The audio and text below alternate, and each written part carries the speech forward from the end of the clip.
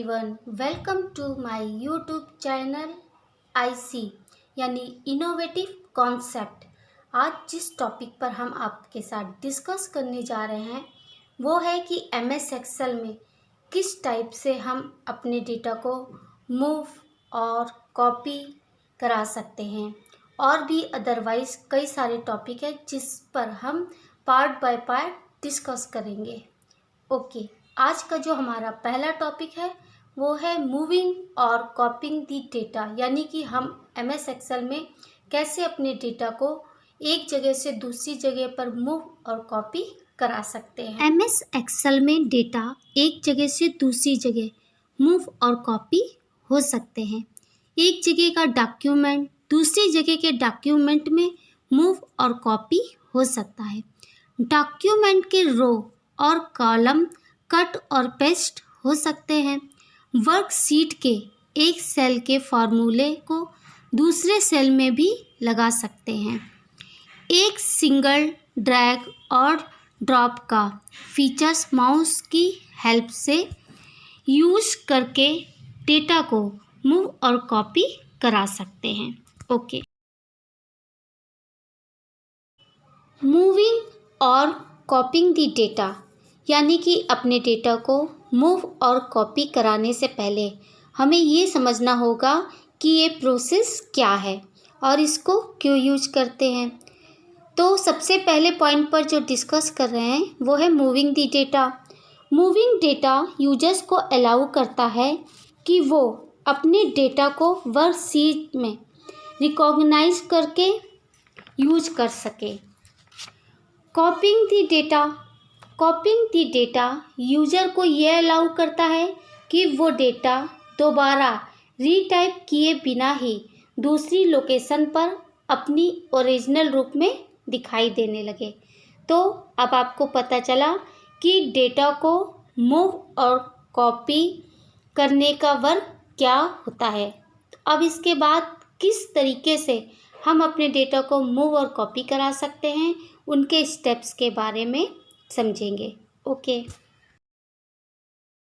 अब उन स्टेप्स के बारे में आपको बताने जा रहे हैं जिसकी हेल्प से हम अपने डेटा को मूव करा सकते हैं एक सेल से दूसरे सेल्स में।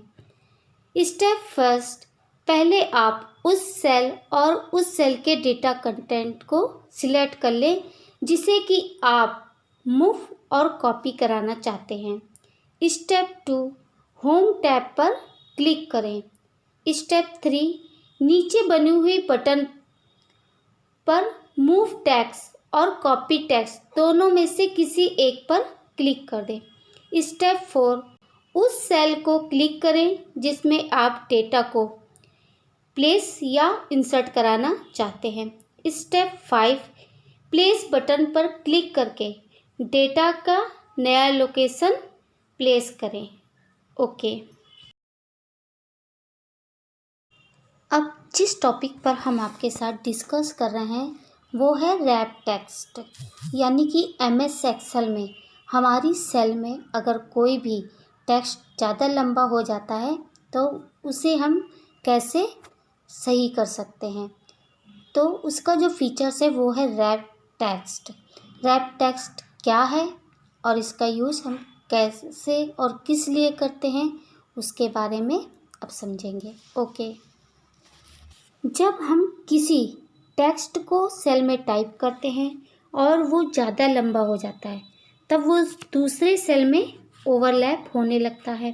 अगर हम चाहते हैं कि ऐसा ना हो और हमारा टेक्स्ट अगले टेक्स्ट में ओवरलैप ना करे तो हमें अपने टेक्स्ट को रैप करना पड़ता है। ये जो फीचर्स है यानी कि ऐसा जो हम करते हैं वो एमएस एक्सेल में रैप टेक्स्ट कहलाता है। अब रैप टेक्स्ट को कैसे हम फॉलो कर सकते हैं उसके स्टेप्स के बारे में स्टेप बाय स्टेप समझेंगे। ओके, वो स्टेप्स जिनको फॉलो करके हम अपने टेक्स्ट को रैप कर सकते हैं वो इस तरीके से। टेक्स्ट को रैप करने के लिए सबसे पहले मूव करें सेल B1 पर। स्टेप 2, लंबे टेक्स्ट को टाइप करें। स्टेप 3, एंटर की को प्रेस करें। स्टेप 4, फिर से रिटर्न करें सेल B1 पर। स्टेप 5, चूज़ करें होम टैब और उसके बाद क्लिक करें रैप टेक्स्ट बटन पर। ये स्टेप फॉलो करते ही आपका टेक्स्ट रैप हो जाएगा।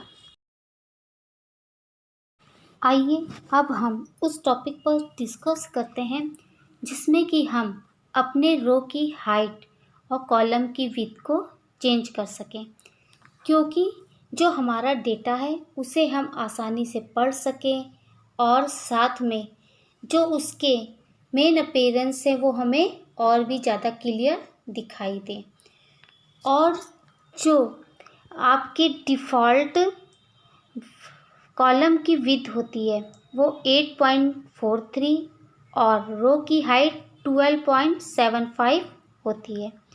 तो इसी को चेंज करने के लिए यानी अपने हिसाब से उसको एडजस्ट करने के लिए जो हमें स्टेप्स फॉलो करने हैं वो इस तरीके से हैं। ओके,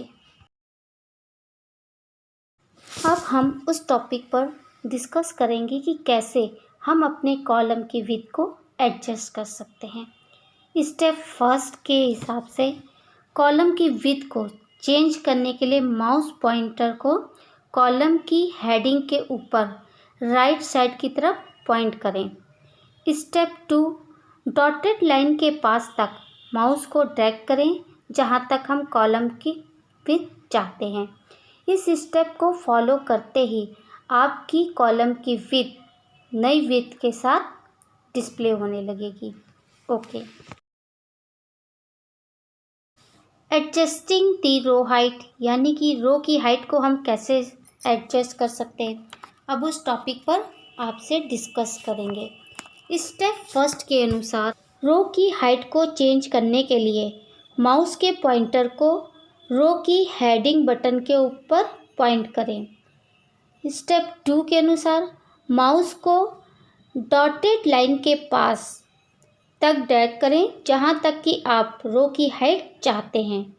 रो की हाइट के पास तक आप जैसे ही अपने माउस को ड्रैग करेंगे आपकी रो की हाइट चेंज होकर के डिस्प्ले होने लगेगी जहां तक कि आप हाइट चाहते हैं। तो इस तरीके से हमारा आज के डिस्कशन का पॉइंट कंप्लीट हुआ। मुझे उम्मीद है कि आप इन स्टेप्स को फॉलो करके अपने MS एक्सेल में वर्क कंप्लीट कर सकते हैं और मुझे उम्मीद है कि आपको ये पॉइंट सारे समझ में आए होंगे। आगे मैं आपसे नेक्स्ट क्लास में फिर मिलूँगी नए टॉपिक के साथ। Okay, have a nice day and thank you.